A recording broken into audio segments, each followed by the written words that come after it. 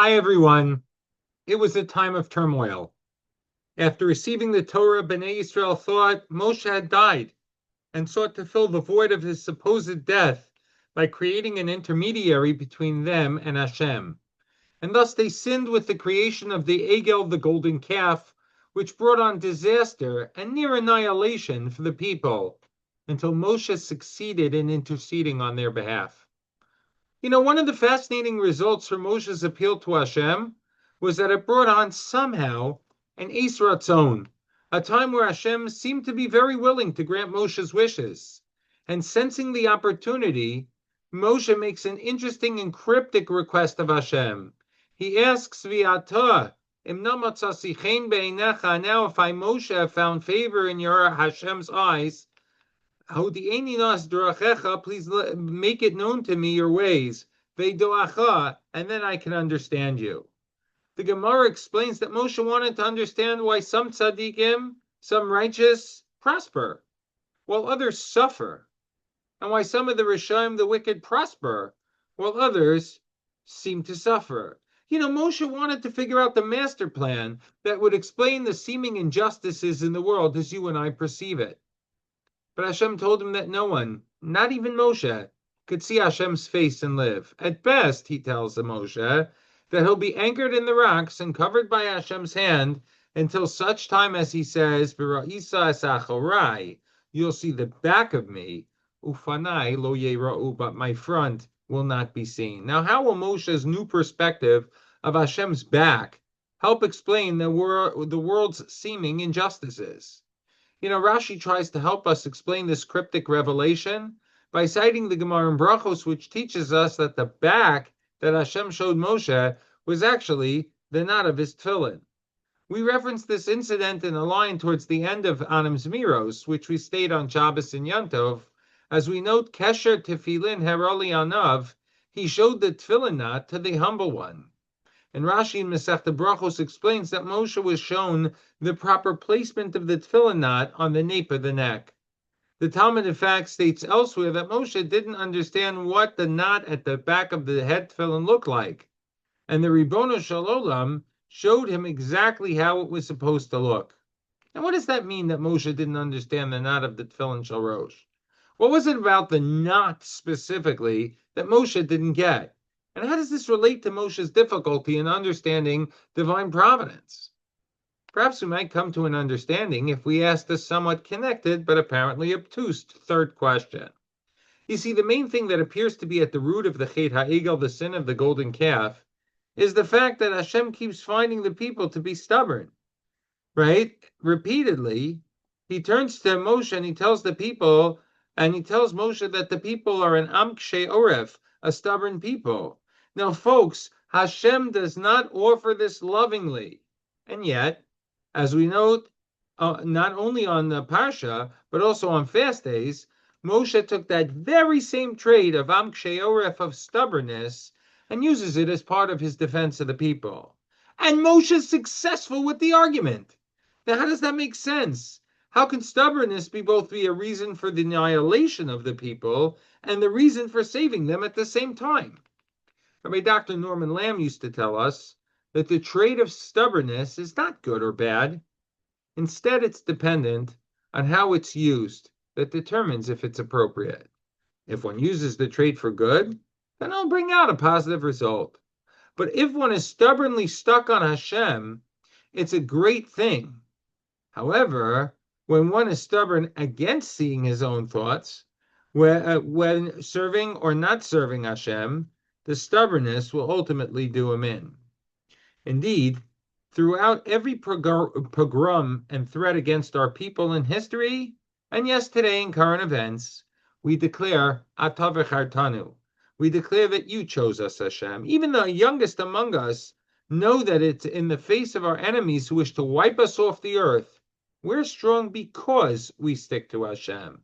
Even the youngest of the 7 sons of the Isha, whom we identify as Chana, stood up to the Roman Caesar and said to him, Chaval alecha, Caesar.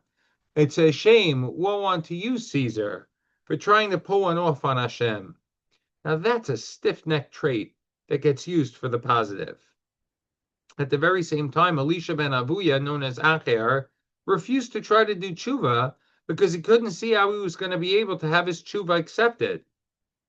Rev Dessler and others point out that he was too stubborn to try. That's kashyas oref, that's stubbornness that's misunderstood. And for it, we allocate in the vidui kishinu oref. The Talmud notes that when an animal with a broken spine is a treifa. Now, how is one supposed to know if the animal has a broken spine or not until one conducts the autopsy? If the person grabs the animal's spine at the base, says the Talmud, at the base of the neck, and the animal's head slops off to the side, it's a treifa. But if it stiffens when it's grabbed, it's kosher. Yes, similar to that animal, the trick to a kosher stubbornness is to keep that neck tall and proud. In the face of a potential break, we must not kowtow to foreign pressure, nor to foreign ideas.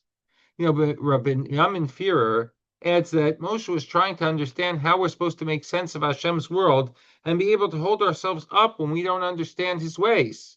And so Hashem showed him the Kesher Shel Tefillin, the placement location of the Tefillin.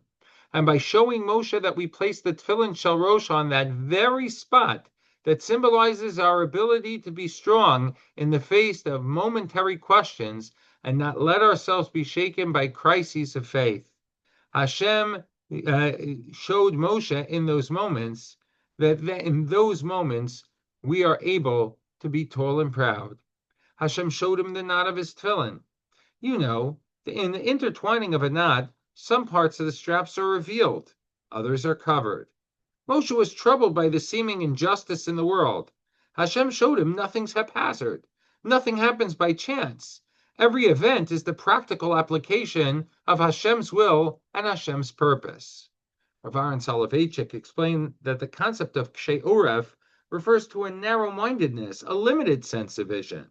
And had the people been able to turn their necks around, they would have seen Har Sinai and recalled the experience, and know that within them they had the power whereby they could withstand any challenge, be it physical or philosophical, to their and our survival.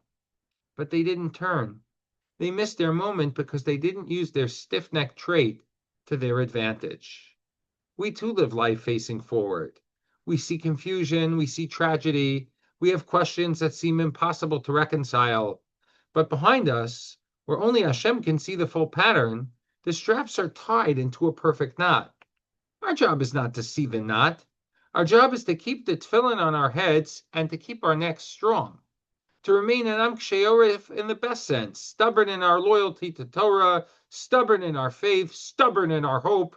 The world may look tangled in front of us, but behind us the Ribbono Shel Olam is tying the knot of history exactly as he decides it must be. Moshe wanted to see Hashem's face.